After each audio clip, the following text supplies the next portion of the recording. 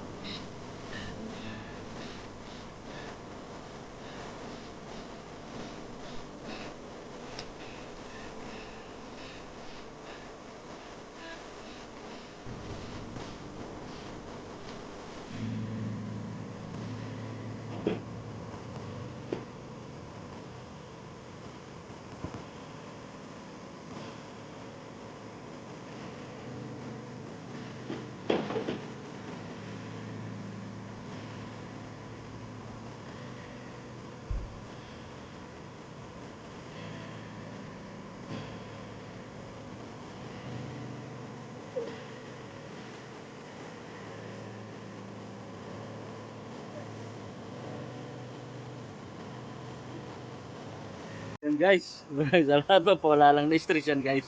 Yan ang mga alaga ko. Alaga kong pusa, wala ng stress guys. Hello guys, good morning again. Bago tayo magsimula guys, gagawa muna tayo ng kunting kalaman para sa atin may mga ari ng sasakyan. Lalo din sa mga driver mga guys. So yan, pakita ko muna ang aking munting hapin bago akong bigay ng kunting kalaman. Ito yung papaya ko. Ito ay yung mga palaya ko. Ito naman yung mga sili, bell pepper. May pula yan at saka dilaw. Yan yung pusa ko. May gulo rin. Yan guys. Yan guys. Regarding po sa sasakyan na halimbawa na baha guys. So yan, ibibigay ko lang konting kalaman sa inyo. Lalo po sa mga may-ari ng sasakyan. Saka sa mga baguang driver dyan o mga driver. Yan mga ka-sniper. Halimbawa po ba, kung ang sasakyan nyo ay nabaha. Halimbawa kasi sa atin po ay baha lagi. So, kailangan guys, pag nabaha siya. So, kailangan natin, gawin natin sa sasakyan natin ay pag siya'y namatay na, wag na po natin pilitin na start. So ang gagawin po natin pag namatay na siya, tanggalin nyo na lang po yung negative terminal na battery o hanggat maaari pati positive para po hindi mas apektuhan ng ating mga electronic component o device. Yan, tatanggalin po yan, saka yan para hindi maapektuhan po.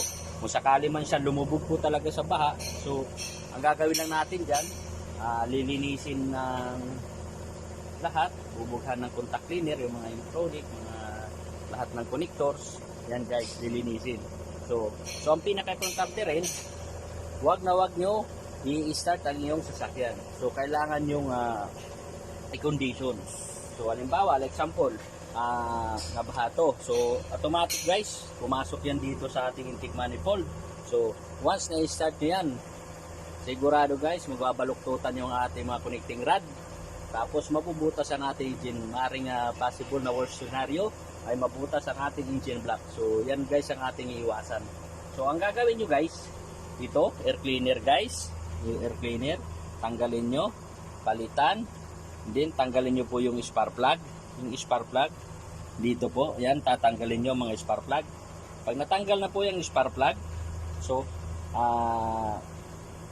yan, tapos kung may tubig siya, i-drain nyo po yung ating mga langis. Condition nyo, i-drain nyo po yung mga langis natin, patutuluin. Kailangan lahat, hanggat maaari, pati yung transmission. Tingnan din natin kung may langis. Kung wala naman, yan. So, kailangan yung mga langis natin ay ma-check din natin. So, after na okay na-change oil na natin ang ating mga langis, yan, pwede natin wag munang ang spark plug nakatanggal pa rin. So yan guys, pagkatapos ika-crank nyo yan para lumabas ang tubig dito. I-crank nyo na walang mga spark plug para sa bawat ng butas ng silindro guys, lalabas ang ating tubig yan kung may pumasok na tubig. So yan guys, may iwasan sa ganun yung ating pagkasira ng ating makina. So mahalaga guys yan, mahalaga kasi mahirap pag in-start nyo kasi ang iba pag nabaha, minsan nagkakamali, ini-start ka agad. So ang mag-TDC guys, mabaluktot ang ating mga connecting rod. Ang pinakamasamang senaryo, pag tumukod, mabubutas ang ating engine block. Yan ang mangyayari guys. So yan guys, so kailangan natin i-refresh pag ganyan. Kailangan na ma-condition muna natin pag once na baha. So yan, papalitan natin pati rin ng spark plug, papalitan na natin yan. Air cleaner, pinakamahalaga kasi mabasa yan. So lahat ng connector lilinisin. So yan. Kaya naman guys, tinatanggal natin ang battery pag nababasa para hindi maipiktuhan ang ating mga electronic device, computer, engine ECU, body computer, lahat ng mga electronic component hindi magkaroon ng short circuit. Yun. After niyan, so saka natin lilinisin, yung condition natin yan lahat. Yan guys. So, importante na makondisyon muna natin. Wag po natin iisad ang ating sasakyan pag nasa ba tayo at tumigil. Kailangan natin muna talaga pakakatanda natin para hindi tayo guys kumastos na malaki. So, yan guys.